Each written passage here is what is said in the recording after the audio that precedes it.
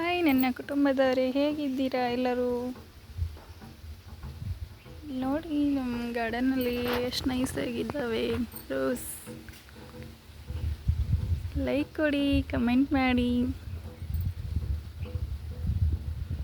ಇಲ್ಲಿ 4 ಆಗಿದ್ದಾವೆ, ಇವು ಇನ್ನೂ ಅರಳಿಲ್ಲ. ಇಲ್ಲಿ 2 ಆಗಿದ್ದಾವೆ. ಎಷ್ಟು ಕ್ಯೂಟ್ ಆಗಿದ್ದಾವೆ ನೋಡಿ.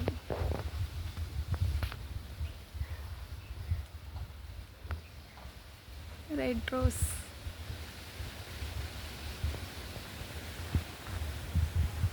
ಸೂಪರ್ ಆಗಿದ್ದಾವೆ.